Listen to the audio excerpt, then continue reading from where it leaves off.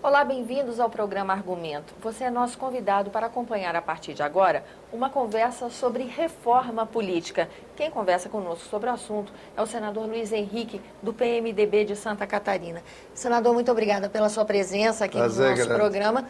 Há pouco o senhor fez um pronunciamento sobre o tema aqui no plenário e destacou a relação do eleitor com a política, né? 30% dos eleitores só realmente votam em partidos, 6 meses depois, 70% dos eleitores nem lembram em quem votaram. Esse é o sinal mais gritante de que a reforma política é necessária? Não tem nenhuma dúvida.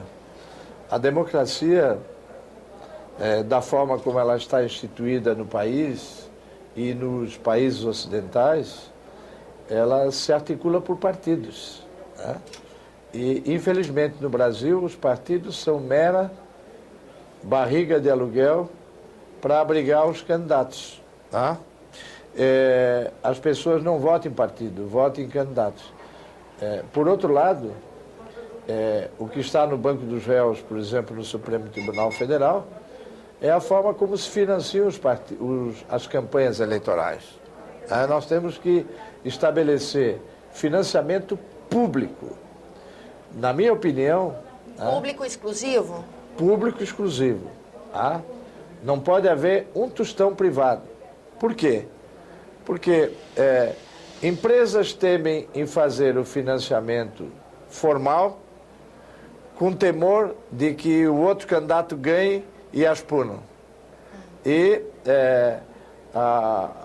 o dinheiro privado acaba se produzindo de forma não formal, em parte, né? O que é muito ruim. Então, o financiamento público exclusivo. Você que está me vendo, acha que financiar partidos e candidatos com dinheiro do Tesouro, com dinheiro dos impostos que o povo paga tão duramente, vai custar 10% do que custa as campanhas hoje no Brasil, eu não tenho dúvida. Mas não basta só o financiamento público. É preciso que a campanha na TV seja efetivamente gratuita. E para ser gratuita, tem que ser ao vivo. Para que cada candidato apareça com a sua cara, com as suas ideias, com o seu currículo, com a sua credibilidade. Ou seja, tirar efeito especial. Efeito especial, efeito de marketing. Os candidatos hoje viram produtos que os marqueteiros manipulam, né? Então é preciso acabar com a maquiagem política. E por quê? Porque, no mínimo, 50% do custo das campanhas é o custo da TV.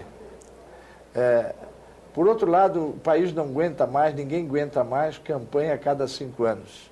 É outro tema que o senhor aborda para a reforma política, né? É preciso, a cada 2 anos, é preciso... Mandatos coincidentes. Mandatos coincidentes de 5 anos e eleições gerais de vereador a presidente da República a cada 5 anos. Tá?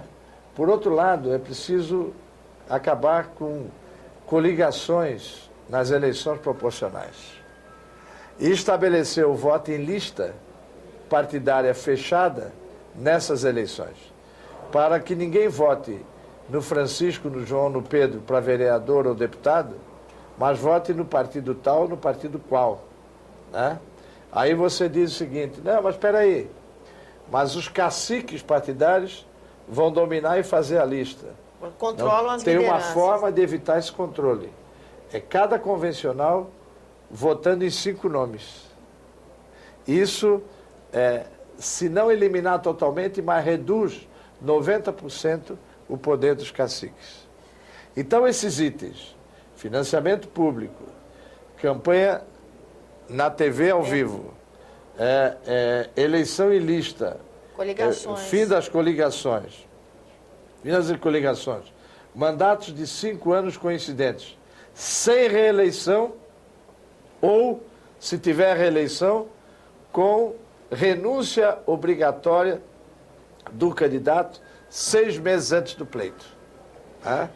Então, a reeleição é uma anomalia no nosso sistema político, uma anomalia recente. E é preciso ou extirpá-la ou estabelecer a renúncia obrigatória. E eu posso falar de cadeira porque eu, quando fui prefeito, e candidato à reeleição, eu me afastei do governo.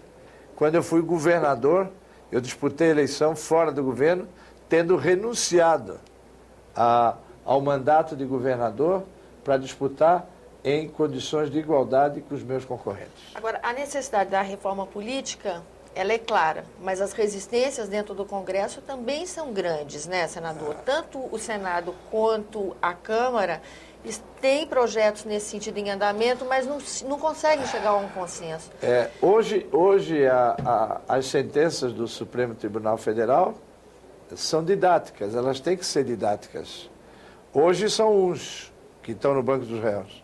Amanhã, quem será? Porque campo para as distorções continua. Campo continua. O financiamento privado continuando, entendeu? Haverão novos réus nos tribunais brasileiros. E a partir desse julgamento que a gente assiste, ao qual o senhor se refere, ele pode motivar o Congresso a fazer essa reforma que é tão difícil para o próprio Congresso fazer? Eu acho que as lideranças do Congresso têm que se debruçar sobre isso. O discurso que eu fiz hoje, de forma veemente, foi para chamar a atenção dos meus colegas para a inabdiabilidade dessa reforma política. Senador, o financiamento público de campanha e a lista fechada, de alguma forma, também não afasta mais ainda o cidadão da política? Porque, de alguma forma, vamos tomar por exemplo... Pelo contrário, porque na lista fechada, tá, cada partido é obrigado a apresentar um programa a ser executado, seja pela prefeitura, pelo prefeito que se eleger, e pelos vereadores que forem eleitos, seja pelos governadores e deputados, seja pelo presidente e por seus deputados. Ou seja, despersonalizaria. Despersonaliza. O programa é do partido. Você não vota mais no João, no fulano, no ciclano. As pessoas votam hoje. Muitas votam sem saber por quê. Votam porque um vizinho disse, olha, vota naquele vereador, que ele é meu vizinho, ele é meu amigo. Ou que alguém na fábrica disse, não, aquele cara é legal. E nesse sentido, senador... E 6 meses depois, você pergunta para ele em quem você votou para vereador, em quem você votou para deputado. Ele não sabe, não sabe dizer. Mas se o voto deixasse de ser obrigatório, será que o eleitor não ficaria seria mais... uma tragédia. Por quê? Se nós queremos eliminar o financiamento privado, para eliminar, e esse é um outro fator, o camarada que é financiado por um grupo, ele chega aqui dependente ou independente? Dependente. Atrelado Dependente. ao grupo que o financiou. Se nós quisermos eliminar a dependência de parlamentares eleitos, nós temos que livrá-lo da influência do poder econômico. Agora, já imaginou, se o voto não for obrigatório, quanto vão pagar para o cara ir votar? Entendeu? Entendi. Na nossa cultura... Entendi. Quanto é que vão pagar para o camarada ir votar? Entendeu? Então, o voto, infelizmente... Tem que ser obrigatório. Pelo menos pelos próximos 10, 20 anos, 30 anos, sei lá, quando nós tivermos a cultura de que o voto é um exercício de cidadania. Entendi. Então, isso ainda não está consolidado. Então, a gente começa consolidando os partidos e as suas plataformas de trabalho. Exatamente. Para depois, como consequência, ter uma cidadania mais consciente. Exatamente. É uma proposta. E o senhor espera, com esse apelo veemente no plenário, startar esse processo, essa discussão novamente, esquentá-la? Eu conversei, por exemplo, com o presidente do PMDB e ele me disse que, conversando com os líderes dos partidos, está todo mundo até aqui com esse modelo que está aí, entendeu? Porque todo mundo é vítima, né? Né?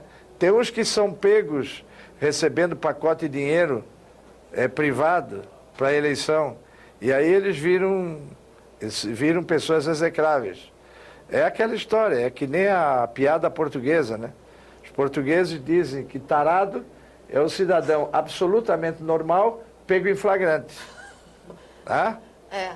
Então vamos mudar essa normalidade. Vamos mudar isso aí. Senador, obrigada pela sua presença no nosso programa. Um grande abraço. Viu? A você que nos acompanha, muito obrigada pela atenção. Esse é o programa Argumento. Eu sou Tânia Horman e se você quiser entrar em contato conosco, ligue para 0800 61 2211, ligação gratuita, ou acesse www.senado.gov.br/TV.